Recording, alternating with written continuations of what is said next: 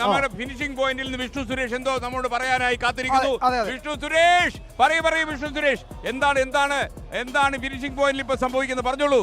എന്താണ്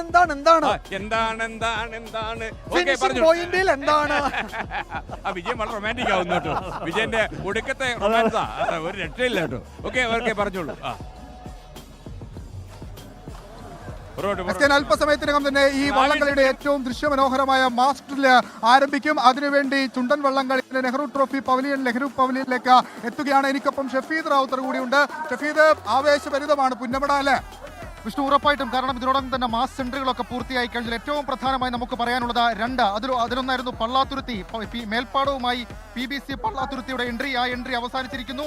രണ്ടാമതായി ഉണ്ടായിരുന്ന പകവീട്ടാൻ തിരികെ ഇറങ്ങുന്ന BBC കൈനഗരിയുടെ വിയപുരം ചുണ്ടനായിരുന്നു. വിയപുരം ചുണ്ടനും ട്രാക്ക് എൻട്രി നടത്തി പോയിരിക്കുന്നു. ഇനി ഏറ്റവും പ്രധാനം നിരണം ബോട്ട് ക്ലബിന്റെ നിരണം ചുണ്ടനാണ്. ആ നിരണം ചുണ്ടനും പോയിരിക്കുന്നു. അങ്ങനെ പ്രധാനപ്പെട്ട ചുണ്ടൻ വെള്ളങ്ങളെല്ലാം ഇതിനോടകം തന്നെ നെഹ്റു പവലിയനിലേക്ക് പോയിരിക്കുന്നു. ഇനി തീവാറും പോരാട്ടം, കണക്കുകൾ തീർക്കാൻ, ചരിത്രം തീർക്കാൻ പോരാട്ടം മാത്രം, അതുമാത്രം കാത്തിരിക്കാം. SKN ചരിത്ര പോരാട്ടത്തിന് വേണ്ടി വേദിയൊരുങ്ങുകയാണ്. പുന്നമടക്കായലിൽ മഴയുണ്ടായിരുന്നു രാവിലെ, പക്ഷേ അതിനെല്ലാം അവഗണിച്ചുകൊണ്ട് ശക്തമായ പോരാട്ടം കാണാൻ വേണ്ടി ജനങ്ങൾ ഓടിയെത്തുന്ന കാഴ്ച കുട്ടനാടിന്റെ അതിജീവന പോരാട്ടത്തിന്റെ അടയാളമാണ് ഓരോ വള്ളംകളിക്കാലവും. ആ വള്ളംകളിക്കാലത്തിന് അവരെ ഹൃദയത്തോട് ചേർത്ത് വെക്കുന്നു. ഏത് പ്രളയം വന്നാലും ഏത് പ്രതിസന്ധി വന്നാലും കുട്ടനാടിന് വള്ളംകളിക്കപ്പുറത്തേക്ക് ഒരു സന്തോഷമില്ല, വികാരമില്ല, സ്നേഹമില്ല. ആ ദിവസമാണ് അവരുടെ ഇന്ന്. അതവർ നെഞ്ചിലേറ്റുന്ന കാഴ്ച.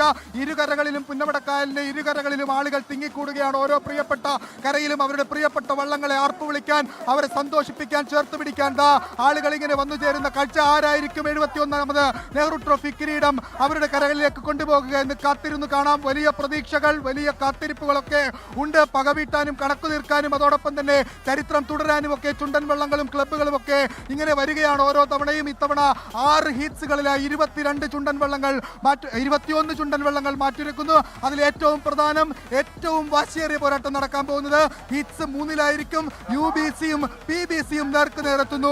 UBC കഴിഞ്ഞ 2014 ശേഷം ഒരു കിരീടം നേടിയിട്ടില്ല.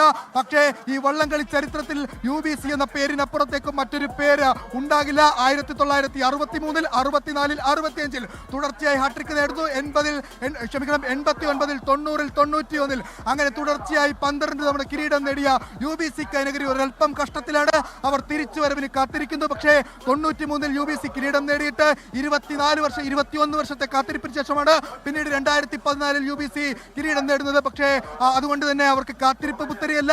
ഇത്തവണ ഞങ്ങൾ തലവടിയിൽ നെഹ്റു ട്രോഫിയുമായി കൈനഗരിയിലേക്ക് പോകുമെന്ന് പറയുന്ന കൈനഗരി കരുത്ത് ഒരുപക്ഷെ പുന്നമടക്കായലിന്റെ കരികുത്തി കരയാക്കി മാറ്റിയ കൈനഗരിയുടെ നാട്ടിൽ നിന്നുള്ള ബോട്ട് ക്ലബ്ബുകളാണ് ഈ വള്ളംകളിയെ മാറ്റിവെക്കുന്നത്. അവരുടെ കരുത്താണ്.